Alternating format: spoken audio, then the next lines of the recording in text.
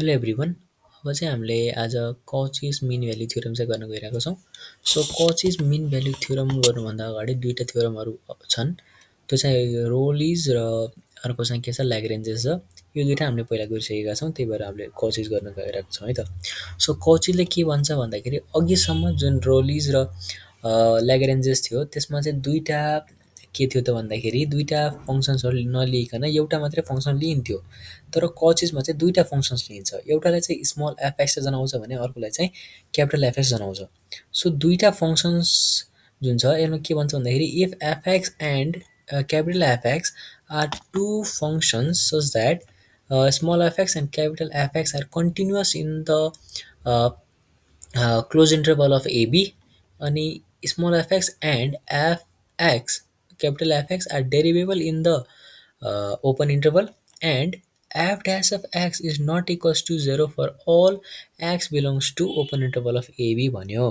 Then there exists at least one value c belongs to AB such that f of b minus f of a by capital F of b minus capital F of a बराबर f first derivative of first derivative of f of when x is equals to c and first derivative of capital F when x is equals to c सँग चाहिँ बराबर हुन्छ भनेर भन्यो है त। अब यसले भन्न के खोज्यो भन्दाखेरि यसले के भन्न खोज्यो भन्दाखेरि जब चाहिँ दुईवटा फङ्सन्सहरू कन्टिन्युअस हुन्छन् रे in the close interval of a b र के त भन्दाखेरि दुईवटा फङ्सन्स जब डेरिभेबल हुन्छन् in the open interval of a b र अर्को एउटा कन्डिसन पनि के जोडिन्छ भन्दाखेरि जुन फर्स्ट डेरिभेटिभ अफ एक्स जुन छ नि first derivative of capital FX यो चाहिँ जिरो हुनु भएन भनेर भन्छ कि जिरो भएन भने चाहिँ के हुने रे भन्दाखेरि एउटा यस्तो भ्यालु एक्जिस्ट गर्छ रे यो इन्टरभलमा दिएको जसले चाहिँ कि एटलिस्ट एउटा त्यस्तो हुन्छ रे भ्यालु जसले चाहिँ के हुन्छ यो तल दिएको कन्डिसनलाई सेटिस्फाई गर्छ भनेर भनेको छ।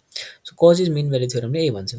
अब यसको प्रुफ हेर्दाखेरि के गर्छौँ पहिला एउटा फङ्सनलाई डिफाइन गर्छौँ फाइ एक्स भनेर डिफाइन गरेर के गर्छौँ फाइ एक्स बराबर F of x plus A FX भनेर डिफाइन गर्छौँ। यो एफएक्स र यो एफएक्स फरक फरक फङ्सन हो नि यो चाहिँ याद हुनु पऱ्यो। अनि त्यसपछि चाहिँ A is a constant to be determined भनेर भन्यो। ए चाहिँ कन्सट्यान्ट हो रे जसले चाहिँ हामीले पत्ता लगाउनु छ सच द्याट के हुन्छ रे भन्दाखेरि फाइ ए बराबर फाइ बी हुन्छ रे भनेर भन्यो। अब फाइ ए भनेको के आउने भयो त यो फङ्सनमा हेर्दाखेरि एफ अफ ए प्लस ए अनि क्यापिटल एफ अफ ए आउने भयो कि नै हो त्यो आउने भयो। सरी यहाँ मैले गल्तीले स्मल एफ लेखेको रहेछु यसलाई क्यापिटल एफ हो खासमा यो क्यापिटल एफ हो है खासमा यो क्यापिटल एफ हो। अनि त्यसपछि के हुने भयो त भन्दाखेरि एफ अफ बी बीलाई यहाँ राख्यो भने फाइ बी बराबर के हुने भयो त F of b plus a capital F of b हुने भयो जुन चाहिँ यो आउने भयो। अब यसपछि मैले थोरै रिएरेन्जमेन्ट गरेँ भने ए वाला पार्टलाई मैले उता लगेँ भने के हुने भयो त भन्दाखेरि F of B minus F of A जस्ताको त्यस्तै आउने भयो र ए यहाँ राखेर F of small F of sorry capital F of A minus capital F of B हुन्थ्यो त्यसलाई मैले अगाडि माइनस राखेँ भने के लेख्न सक्छु त capital F of B minus capital F of A लेख्न सक्छु। सो यो लेखेँ भने ए को भ्यालु चाहिँ यति आयो। ए को भ्यालु यति आइसकेपछि यो ए को भ्यालुलाई मैले यहाँ राखेँ भने के पाउने भयो त phi F X equals to F of X जस्तै ए को भ्यालु कति आयो त minus of small F be minus small F A by capital F be minus capital F A आउनु भयो डट के हुने भयो त एफ अफ एक्स हुने भयो। अब सिन्स हामीले भनिसकेका छौँ यो दुईटै फङ्सन्सहरू जसमा एउटा स्मल एफएक्स पढ्छ र अर्को चाहिँ क्यापिटल एफएक्स पढ्छ।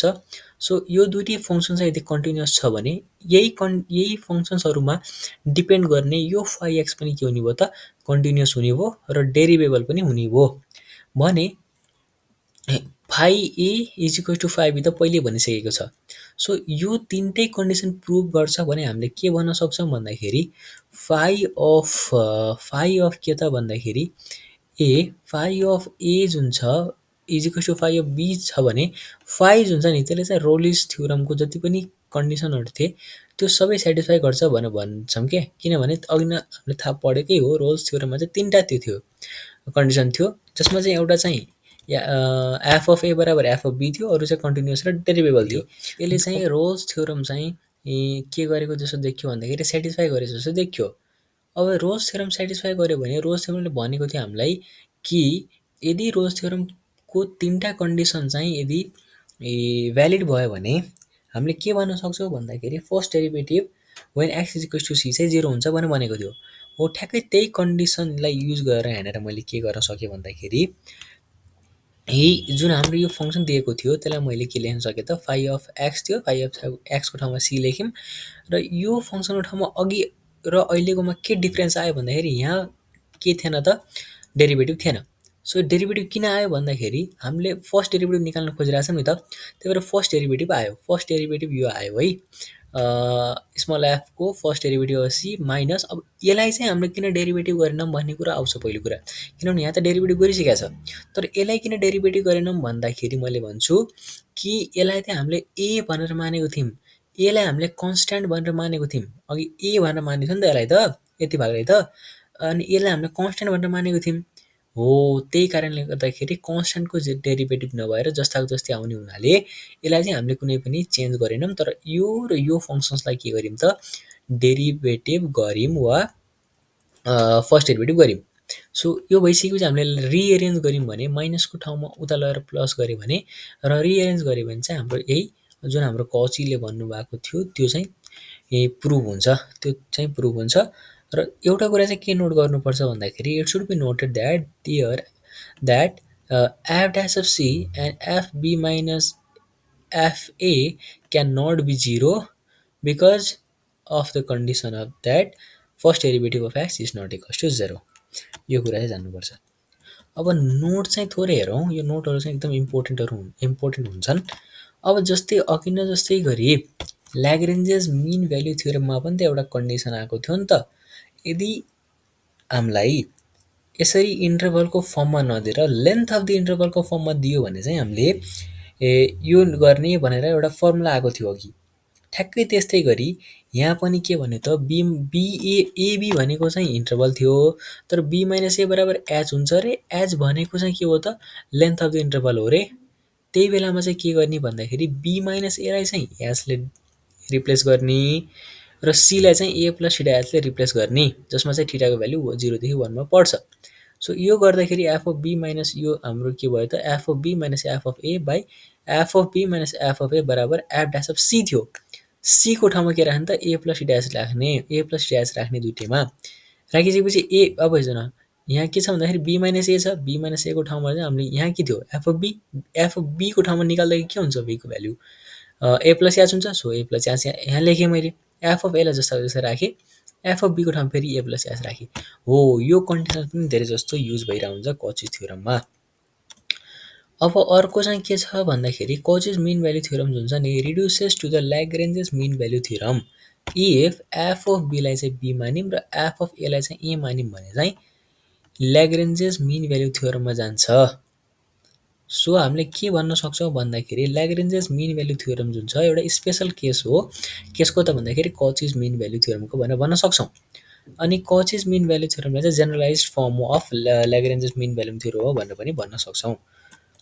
यो पनि हाम्रो कन्सेप्टको लागि इम्पोर्टेन्ट हुने भयो। अब चाहिँ हामी क्वेसन्समा जान्छौँ। क्वेसन्समा चाहिँ डिफ्रेन्सियल क्यालकुलस बुक अफ सुकन्डा पब्लिकेसनलाई मैले कन्सिडर गरेर हेरिरहेको छु।